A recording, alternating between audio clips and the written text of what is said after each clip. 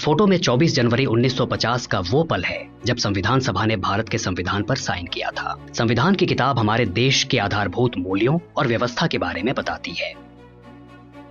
क्या आप जानते हैं कि भारत के संविधान को लिखने में पूरे 3 साल का समय लगा। इसको लिखने के लिए काफी सारे सत्र हुए। पहले सत्र की शुरुआत 9 दिसंबर 1946 को हुई और आखिरी सत्र 26 नवंबर 1949 को खत्म हुआ। इस दौरान कुल मिलाकर 11 सत्र हुए। अगर दिनों के हिसाब से गिना जाए तो संविधान बनाने के लिए सभी लोग 165 दिनों के लिए मिले। पर इसमें वो दिन शामिल नहीं है जब संविधान निर्माता अलग अलग छोटी छोटी कमेटियों में मिल रहे थे और संविधान को बनाने का काम कर रहे थे। क्या आप जानते हैं कुल कितने लोगों ने मिलकर संविधान लिखा? संविधान बनाने के लिए शुरुआत में 389 लोग शामिल थे। इसके कुछ समय बाद ही देश का बंटवारा हो गया और 1/4 लोग पाकिस्तान चले गए और फिर 299 लोगों ने मिलकर संविधान बनाने के काम को आगे बढ़ाया। जिन लोगों ने संविधान लिखा वो सभी एक संविधान सभा के सदस्य थे जिसका गठन 1946 को हुआ था। इस सभा के सदस्यों का चुनाव 2 तरह से हुआ था। 292 लोग प्रोविंशियल लेजिस्लेटिव असेंबली से चुने गए थे और 97 लोगों को मुख्यतः प्रिंसली स्टेट ने नामित किया था। संविधान सभा बनाते समय पूरी कोशिश की गई थी कि संविधान सभा में जितना हो सके अलग अलग तरह के लोग शामिल हों। भारत के सभी अलग अलग क्षेत्रों से लोगों को लिया गया था। क्या आप जानते हैं कि आपके क्षेत्र से संविधान सभा में कौन मौजूद था? यह जानने में तो काफी मजा आएगा। अलग अलग धर्मों के लोग मौजूद थे। Hindu, Muslim, Sikh, Parsi, Anglo Indians, Christians, scheduled caste और आदिवासी। विभिन्न पेशे के लोग शामिल थे। वकील, सामाजिक कार्यकर्ता, शिक्षक, राजनेता, पत्रकार और उद्योगपति इत्यादि। ये सभी लोग अलग अलग राजनीतिक पार्टियों से थे जैसे Congress, Muslim League, unionist, communist, scheduled caste federation इत्यादि।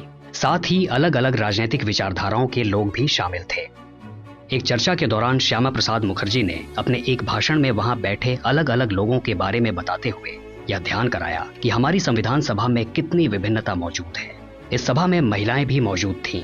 क्या आप जानते हैं संविधान सभा में कितनी महिलाएं शामिल थीं? कुल मिलाकर 15। उस समय के लिए यह एक बहुत बड़ी बात थी।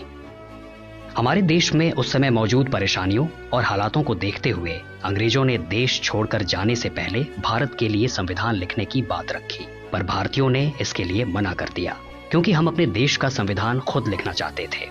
अब सोचे तो यह एक जाहिर सी बात है, पर उस वक्त अंग्रेजों से अपने इस अधिकार को हासिल करना एक बड़ी चुनौती थी।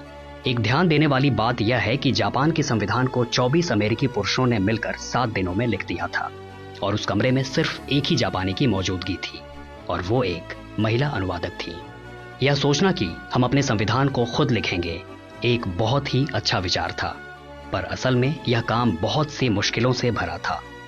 एक सीधा सा उदाहरण, संविधान सभा के सदस्य अलग अलग भाषाएं बोलते थे। उनके सामने एक बड़ी चुनौती यह थी कि चर्चा किस भाषा में हो और संविधान किस भाषा में लिखा जाए। आखिर में सबने मिलकर यह तय किया कि सभा के लोग जिस भी भाषा में चाहें चर्चा कर सकते हैं, पर संविधान अंग्रेजी में लिखा जाएगा और साथ ही साथ उसका अनुवाद हिंदी भाषा में किया जाएगा। संविधान को लिखने की प्रक्रिया बहुत ही मुश्किल थी। कई अन्य देशों के संविधानों को पढ़ा गया और हमारे देश के संविधान को बनाने के लिए उनसे प्रेरणा ली गई।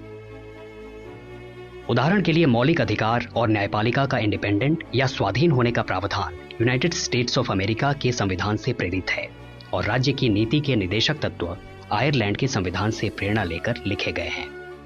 अलग अलग मुद्दों पर चर्चा करने के लिए संविधान सभा में कई कमेटियां बनाई गई।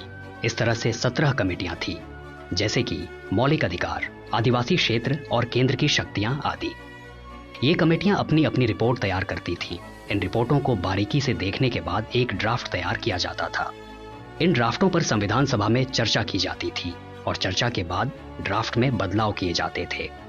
ऐसा दोबारा भी किया जाता था तब तक जब तक कि एक फाइनल ड्राफ्ट तैयार नहीं हो जाता। इस तरह से जो फाइनल ड्राफ्ट तैयार हुए उनसे हमारा संविधान बना।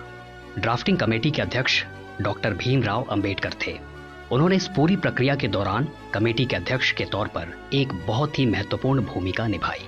इसमें संविधान सलाहकार BN राव और मुख्य ड्राफ्ट्समैन SN मुखर्जी ने भी पूरा सहयोग दिया और इस तरह से बनी हमारे देश की सबसे शक्तिशाली किताब हमारा संविधान। उस समय इसमें 22 भाग, 395 अनुच्छेद और 8 अनुसूचियां थीं। संविधान की मूल प्रति को हाथ से लिखा गया। अंग्रेजी में इसको प्रेम नारायण रायजादा ने और हिंदी में वसंत कृष्ण वैद्य ने लिखा। इसमें जो भी कलाकारी की गई वो शांति निकेतन के कलाकारों की एक टीम ने की है। इस टीम की अध्यक्षता नंदलाल बोस कर रहे थे। भारत का संविधान 26 नवंबर 1949 को बनकर तैयार हुआ। अब हम इस दिन को संविधान दिवस के रूप में मनाते हैं। 26 जनवरी 1950 को हमारा संविधान लागू किया गया और जैसा कि आप सब जानते हैं, हम इस दिन को गणतंत्र दिवस के रूप में मनाते हैं। जिस समय संविधान लिखा गया उस समय देश के हालात बहुत ही नाजुक थे। देश का बंटवारा हो रहा था, सांप्रदायिक झगड़े थे, जाति के आधार पर समाज का बंटवारा था और समाज में महिलाओं की हालत बहुत ही कमजोर थी। इस सब के बावजूद संविधान निर्माताओं ने न्याय, स्वतंत्रता, समता और बंधुता जैसे मानवीय मूल्यों को महत्व दिया और यह सुनिश्चित किया कि देश का कानून इन मूल्यों और सिद्धांतों के हिसाब से ही चले। संविधान सभा में जो चर्चाएं हुई और जो फैसले लिए गए वो सभी इन्हीं मूल्यों पर आधारित हैं। उदाहरण के तौर पर एक मुद्दा ये था कि कौन कौन वोट डाल सकता है। इस चर्चा के दौरान एक बात निकली कि केवल पढ़े लिखे लोगों को ही वोट डालने का अधिकार दिया जाना चाहिए। लेकिन इस बात को इसलिए नहीं माना गया क्योंकि सिर्फ पढ़े लिखे लोगों को वोट डालने का अधिकार देना समानता के मूल्य के खिलाफ था। इस तरह समानता के मूल्य को महत्व देते हुए सभी नागरिकों को जाति, धर्म, लिंग या किसी भी अन्य भेदभाव के बिना वोट डालने का अधिकार एक साथ मिल गया। अगर अमेरिका के संविधान की बात करें तो वहां संविधान बनाने के 80 वर्ष बाद ब्लैक अमेरिकन्स को वोट डालने का अधिकार मिला और वहां की महिलाओं को वोट डालने का अधिकार तो 133 साल बाद दिया गया। संविधान सभा में अनेक महत्वपूर्ण बिंदुओं पर चर्चा हुई, जैसे कि मौलिक अधिकार, अल्पसंख्यकों के अधिकार, महिलाओं के अधिकार, संघ और राज्य के संबंध, शासन व्यवस्था और कल्याणकारी काम आदि। इन चर्चाओं के आधार पर ही संविधान को तैयार किया